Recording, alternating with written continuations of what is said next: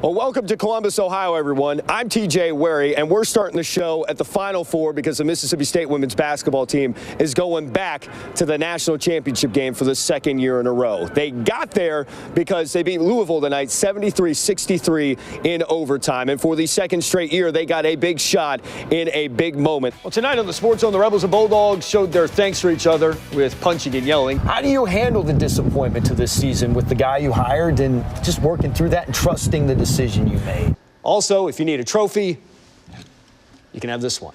It's our fantasy football trophy. Tyler Griever won it this year, but he's on vacation, so he won't miss it.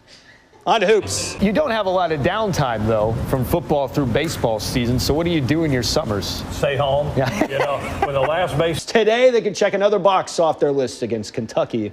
With a win, MSU could put an end to another 11-game losing streak, this one to the Wildcats. Spoiler alert! They got the check mark. The Southern Miss men's basketball team has a letter of intent from one of the best players in the Metro, Forest Hills' Ladarius Marshall, who you can call with confidence the Dunk King and also the Block King of Mississippi, signed with the Golden Eagles this afternoon. The 6'7", see? The Dunk King. The 6'7" three-star player averaged 18 points, 10 rebounds, and the Block King, 5 blocks per game last season. It's ridiculous. It's a great highlight reel. The Cardinals are doing some really good things right now. They have a 36-2 record. They enter the tournament with 11 straight wins, not to mention they've won their 4 tournament games by an average of 27.5 points per contest. So, yeah, the Cardinals can do some things, but at the same time, the Bulldogs say they're not going to be pushed around. Footwork on the sideline, like a ballerina, a dancer. 16-13. Wolves on top. Northwest Rankin and Warren Central meetup in Vicksburg. Bring in the syrup for some pancakes.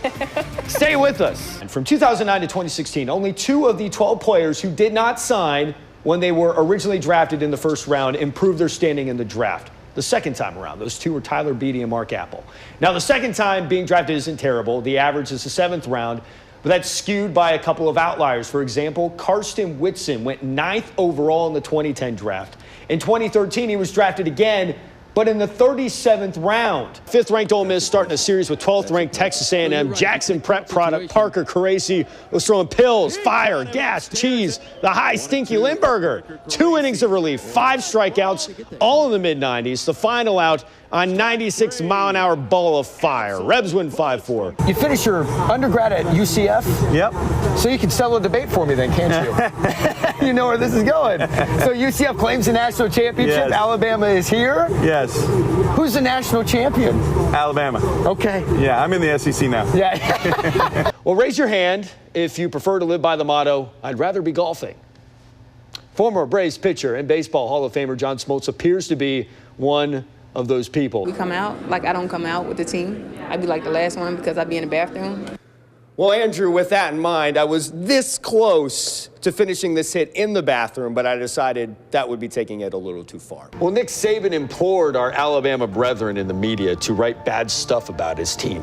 He's tired of the rat poison, the good stuff. But is there really anything you can say in a negative light about Alabama? Because to be perfectly honest with you, this may be the best Alabama team I've seen. Correct way to do this now. Oh, there is? Yes, there's a correct way to do it. Did I do it the right way?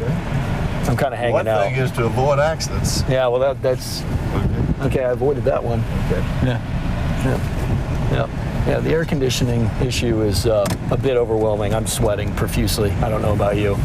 Well, the thing about it, let's look like we will be ready for fall practice That's after right. we get out of this You car. know, I'll be ready to come out for practice. I never wear it anymore. It just sits in my closet. I'm just excited to see what's in the rest of Okay. it. Also, the 80th win of his career, and teenage TJ was freaking out today watching Tiger finally win a golf tournament for the first time in 5 years. You thought he was dead, but he's back. Thanks for watching. We'll see you next time. Well, the Madison Central baseball team is loaded with talent. The Jaguars have 4 players signed to play in the SEC next year. One of those is pitcher Reggie Grace. But there was a time last year where Grace thought he might never get to play baseball again. Reggie Grace's junior season at Madison Central didn't go as planned. It was extremely frustrating, especially coming off a state championship win sophomore year. Grace played a big role in that championship run. He threw a shutout in Game 1 of their series with George County. However, before his junior season, Grace says he hurt his back from what he thinks was lifting weights. At first, when I felt it just hurting, I was like, maybe, like a sprain or so. But then when they said, are you going to have to be in a brace? I was like, huh? He had to be in a brace because he had bilateral fractures in his L4 and L5 vertebrae, which are near the bottom of the spine. It felt like a big door. People at school be like, just knock on you and everything. So was it pretty big then? Oh, man, it was from my top of my chest to the end of my tailbone. Grace had to wear the brace for 5 months. So then when I was on the brace, I was like, man, what if this is it, because it was hurting when I was sleeping and everything. It's like, what if I don't play baseball again? But, God got me through it, prayers every night, and, just worked itself out. Well, he's pitching like nothing ever happened. He has a 1.68 ERA this season to go with 80 strikeouts in 50 innings pitched. He's got a unique experience that he can share with generations to come about perspective and understanding that the game can be taken away from you at any time and just to stay humble and lean on those that you trust. Patrick Roby is the team's head coach. His first year at MC was Grace's sophomore season. And a lot of times guys, they try to do what they do and have success with it, and then they try to do a little more, and that's when you get yourself in trouble in this game. But Reggie doesn't resort to effort. He just resorts to focus and playing the game relaxed. Which is how he's approaching this coming summer. There's a very good possibility he'll have to choose between going pro and going to Mississippi State. It's kind of a win-win, whatever you go, but one requires a bit more maturity than the other. That's something me and my family discuss, about 3 times a week or more probably, because it's a life decision, And it's like I said, it's just, I guess we'll just kind of see what goes down closer to the day.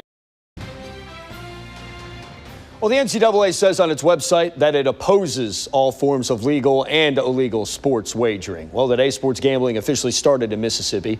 To many involved or formerly involved in collegiate athletics, this law raises questions on what it means for the amateur athlete.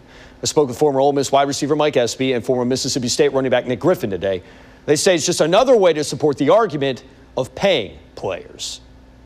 If you legalize gambling across all sports, NCAA, you cannot make that happen and not have a serious conversation about paying athletes. It's definitely weird to have all these people spending money on you and all that kind of stuff. It's a lot of money being generated by college athletes and they don't really get to see any of it. So, there's definitely pushes like that agenda, we should find a way to get these guys paid. Mississippi is the third state to offer legal sports betting. Ohio State head football coach Urban Meyer is on paid administrative leave. The school is looking into the claims of people around Meyer knowing of alleged domestic abuse by a former assistant against his ex-wife. The woman is Courtney Smith. She tells reporter Brett McMurphy that all of the coaches' wives knew of abuse and that she believes Meyer did as well. The last time we saw the Pearl High School football team, the Pirates are celebrating the program's first ever state championship in Oxford. However, this year's Pirates team will look a lot different than the group that won the 6A title in December. For starters, 18 starters from last year's squad graduated. So that leaves the Pirates with plenty of players trying to earn spots in the starting lineup. However, before they can get there, head coach John Perry is a little more basic. He's making them earn back literally everything. We kind of live in a time where sometimes people expect something for nothing, and we're teaching them life lessons, and we want them to learn at an early age, earn everything, man. If you want to be great, you got to earn it. If you want to be average, you got to earn that. Earn everything you get. So, you'll see some of the kids hadn't earned their clothes yet. Some of them hadn't earned their cleats yet. We're going to make them earn everything, their lockers, their cleats, their clothes. It actually helps them work on their character and mental toughness and physical toughness. It's real tough, but you got to dig in deep and try to come out on top. Dating back to 2016, Pearl has won 25 of its last 26 ball games. Now, here's some key dates on the Pirates' schedule this season. In week 2, they go to Warren Central. The following week, another road game in non-region play against Northwest Rankin. In region play, the Pirates travel to Oak Grove in October, but finish the year at home against Brandon. Well, former Southern Miss pitcher Cody Carroll made his major league debut today for the Orioles. Against the Yankees, he pitched a scoreless inning of relief. Carroll was a 22nd round pick of the Yankees in 2015, but he got shipped to Baltimore in a trade last week. The Orioles called him up, and ironically, he makes his debut against a team that drafted him. Wow. And he pitches a scoreless inning. It's crazy. That's ironic. Yeah, absolutely. And not to mention, he's a 22nd round pick. So he definitely took advantage of his chance for sure.